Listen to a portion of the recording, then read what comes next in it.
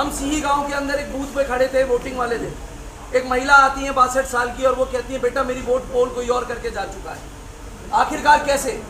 और अंदर बैठे हुए शर्मनाक प्रिजाइडिंग ऑफिसर ये कहते हैं कि कोई बात नहीं भाई साहब, गलती से पोल हो गई होगी, टेंडर वोट और गिरवा लेते हैं। लेकिन ये चोरी ना पकड़ी जाए इसीलिए डाटा हमें इलेक्ट्रॉनिकली अवेलेबल नहीं किया जा रहा। और ख़ास तौर पे भारतीय जनता पार्टी पे भी मेहरबान हुए हैं और जिला प्रशासन पे भी, और इनकी सच्चाई को पोल को खोलने का जो कार्य किया है उससे पता लगता है कि डिज़ास्टर मैनेजमेंट डिपार्टमेंट जो कि यहीं के उद्योग मंत्री के पास, यहीं के लोकल बॉडी मंत्री के पास है, उसमें उनकी क्या तैयारियां हैं, क्या जिला प्रशासन की तैयारियां हैं। आज जिस तरीके से फैक्ट्री से निकले हुए 3 साथी, सबसे पहले तो उनकी जो दर्दनाक मौत कल रात को हुई है, ये घटना किसी के साथ भी घट सकती है और उस घटना के लिए जिम्मेवार कौन है ये निर्धारित और ये तय करना बहुत ज़रूरी है। अब बात रही कि वोट चोरी की, आपने कुछ सवाल करा डाटा का कि डाटा कहाँ से आया।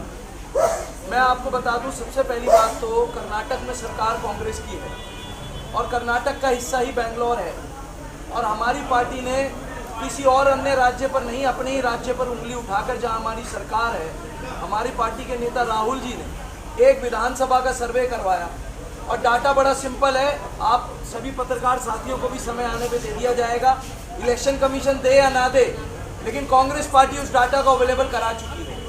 आज जो लड़ाई लड़ी जा रही है राहुल जी के द्वारा, वो सिर्फ और सिर्फ डाटा लेने की ही लड़ाई लड़ी जा रही है। राहुल जी की मांग ये है कि जितना भी डाटा हमारा विद फोटो के है वो डाटा ऑनलाइन क्यों नहीं अपलोड किया जाता, हमें विद फोटो के डाटा क्यों नहीं दिया जा रहा। जो data online EVM election commission की वेबसाइट पे अपलोडेड है वो विदाउट फोटो के डाटा है, पहली बात। दूसरी बात, जब हम चुनाव लड़ते हैं, फतेहाबाद विधानसभा क्षेत्र का उदाहरण ले लेते हैं, 249 बूथ है, 249 बूथ का डाटा इलेक्शन कमीशन ने हमें दिया। हमारे जो रिटर्निंग ऑफिसर हैं वो डीसी फरीदाबाद, उस डाटा को हम लोगों ने सर्वे करवाया। हर विधानसभा का सर्वे चल रहा है क्योंकि इलेक्शन कमीशन बदमाशी ये कर रहा है कि उस डाटा को हमें इलेक्ट्रॉनिक मोड में नहीं दे रहा। अगर वो इलेक्ट्रॉनिक मोड में एक्सेल पे होता तो हम सर्च करते कि सुमित सन ऑफ श्री योगेश, कितने सुमित सन ऑफ योगेश हैं, वो उसमें आ जाता। लेकिन ये चोरी ना पकड़ी जाए इसीलिए डाटा हमें इलेक्ट्रॉनिकली अवेलेबल नहीं किया जा रहा। अब कांग्रेस पार्टी ने राहुल जी के निर्देश पर हर उम्मीदवार ने, हर पार्टी के कार्यकर्ता ने जो बूथ स्तर पे भी बैठे थे, उन्होंने उस डाटा को लेकर उस डाटा को इलेक्ट्रॉनिक एक्सेल में कन्वर्ट करवाया है और उसमें ये निकल के आ रहा है कि किस विधानसभा में एक मकान के अंदर कैसे एक घर में 100-100 वोट बनाई हुई हैं, कैसे एक ही नाम की 25-25 वोट बनाई हुई हैं, कैसे लोग जो मृत हो चुके हैं, मृत घोषित हैं, इलेक्शन कमीशन के डेटा में हाल ही के 3 इलेक्शंस में उनकी वोट पोल की जा चुकी है। आखिर मृत व्यक्ति की वोट कैसे पोल हो सकती है, ये डाटा है। तीसरी बात थी जो सुमित जी ने करी, वेदपाल बाबू जी ने करी, सतबीर बाबू जी ने करी, वो ये राजन चाचा जी ने करी कि वोट चोरी को लेकर। देखिए, ये खाली कांग्रेस पार्टी की बात नहीं है, ये खाली केरला की और हिमाचल प्रदेश या गुजरात या हरियाणा की बात नहीं है, ये बात है आपके हमारे लोक अधिकार की। अगर ये फॉर्मूला बीजेपी आज चला रही है तो ये अन्य पार्टियों को भी सिखाने का काम कर रही है। ये रीत कभी नहीं चली आज तक, कभी इस तरीके की प्रथा नहीं चली। हम सिही गांव के अंदर एक बूथ पे खड़े थे वोटिंग वाले दिन। एक महिला आती है 62 साल की और वो कहती है बेटा मेरी वोट पोल कोई और करके जा चुका है। आखिरकार कैसे? और अंदर बैठे हुए शर्मनाक प्रिजाइडिंग ऑफिसर ये कहते हैं कि कोई बात नहीं भाई साहब, गलती से पोल हो गई होगी, टेंडर वोट और गिरवा लेते हैं। आप ऐसे कैसे कर सकते हैं? एक वोट को 2 बार कैसे पोल करा सकते हैं? तो ये बहुत बड़ी धांधली है।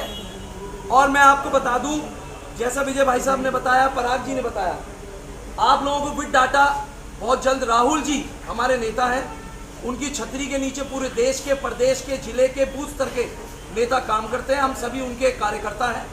बहुत जल्दी कल वो घोषणा कर चुके हैं कि वो हरियाणा के ऊपर बहुत बड़ी आपके बीच में विस्फोटक, जैसे कर्नाटक की बात हुई, ऐसे हरियाणा का एक विस्फोटक डाटा आप लोगों के बीच में आएगा। उसके ऊपर बहुत तेज़ी से वर्किंग चल रही है। हमारे जितने भी प्रदेश के बड़े लीडर हैं वो विधानसभा स्तर पे सभी कार्यकर्ताओं को बुला के चुनाव लड़े हुए उम्मीदवारों को सारा डाटा कलेक्ट कर रहे हैं और उसमें एक्सरसाइज ऑलरेडी हो चुकी है।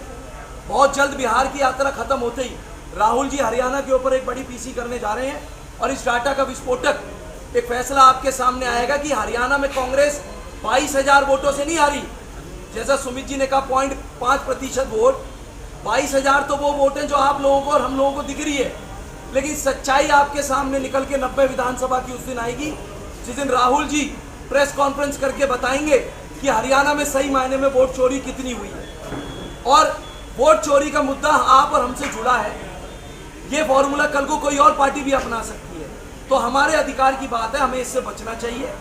और मैं स्वागत करता हूं सुमित जी की इस प्रेस कॉन्फ्रेंस का।